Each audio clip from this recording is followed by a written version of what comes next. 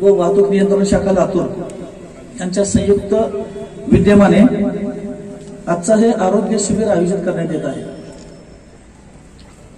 यासाठी उपस्थित असलेले लातूर जिल्ह्याचे कर्तव्यदक्ष पोलीस अधीक्षक श्री सोमयजी मुंडे सर, अपर पोलीस अधीक्षक श्री देवरे सर, उपविभागीय पोलीस अधिकारी लातूर ग्रामीण श्री सुनील गोसावी सर, तसेच इंडियन मेडिकल असोसिएशन यांचे अध्यक्ष अनिलजी राठी सर, उपाध्यक्ष डॉक्टर अशोकजी पोद्दार सर, सचिव डॉक्टर आशिष चेपुरे सर आणि त्यांचे तज्ञ डॉक्टर मंडळी। आपण पाहिलं की रस्ता सुरक्षा ही अत्यंत काळाची गरज आहे। पहिला रस्ता सुरक्षा सप्ताह असायचा, सध्या रस्ता सुरक्षा महिना आयोजित करण्यात येत आहे। याचं कारण पण महत्वाचं आहे। आपण जर पाहिलं तर प्रत्येक दिवशी नॅशनल क्राईम रेकॉर्ड ब्युरो यांचा जर अहवाल जर पाहिला आपण तर प्रत्येक दिवशी जवळजवळ 461 लोकांची मृत्यू हा अपघाताने होत आहे।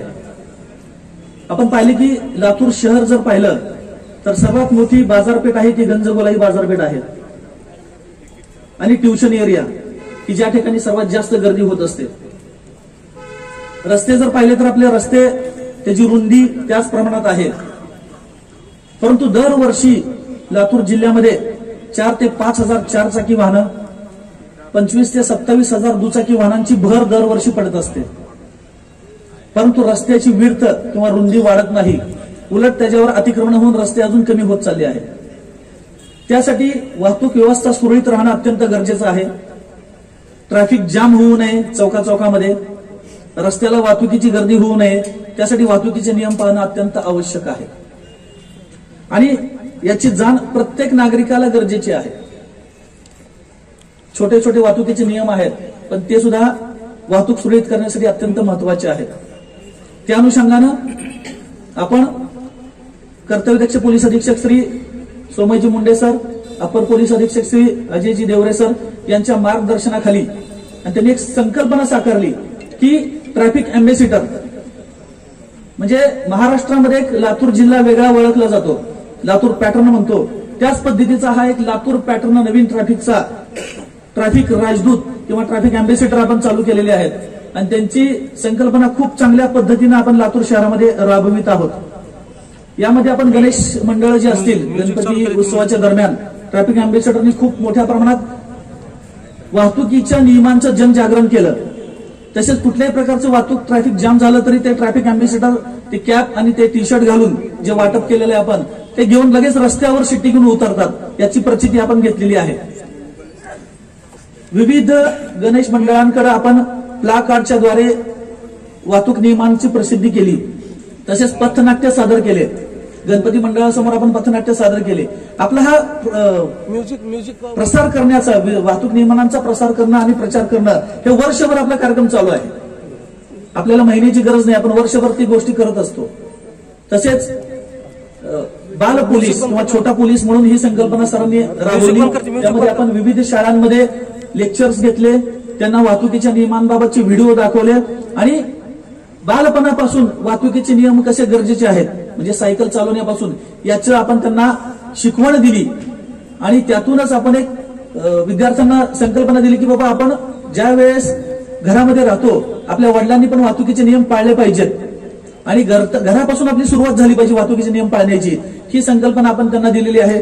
त्यानंतर आपण या महिन्यामध्ये आपला 15 जानेवारी ते 14 फेब्रुवारी पर्यंत वाहतूक रस्ता सुरक्षा सप्ताह आहे, तर त्या अनुषंगाने आपण विविध शाळांमध्ये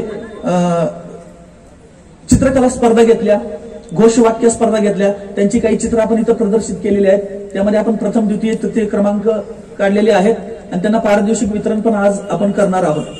म्हणजे लहान मुलांपासून हे शिकवण देणं गरजेचं आहे, ते आपण लातूरमध्ये देत आहोत आणि विद्यार्थ्यांनी खूप मोठ्या प्रमाणात प्रतिसाद दिला आणि त्यामध्ये आपण चित्र पाहतोय, आपण आता आपण प्रदर्शित केलेले आहेत, तर ते चित्र खूप छान पद्धतीने विद्यार्थ्यांनी काढलेले आहेत। घोषवाक्याची निर्मिती पण विद्यार्थ्यांनी खूप छान पद्धतीने केलेलं आहे।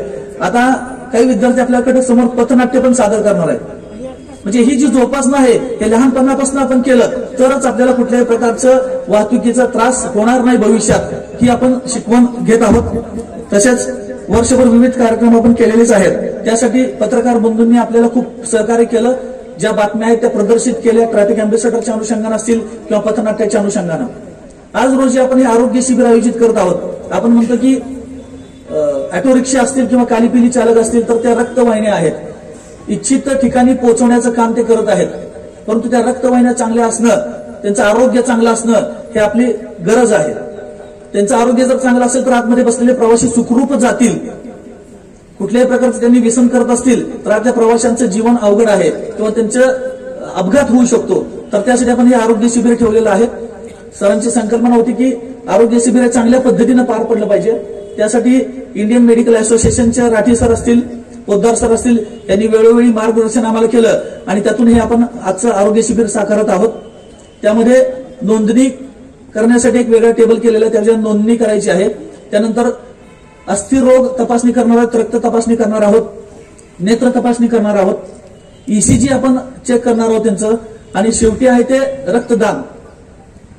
रक्तदान हे आपण पाहिलं की कोविडमध्ये किती रक्ताची गरज आपल्याला पडलेली आहे आणि किती म्हणजे पूर्ण रक्त जे पेढ्या होत्या त्या पूर्ण संपल्या होत्या, त्यांच्याकडे रक्त उपलब्ध नव्हतं.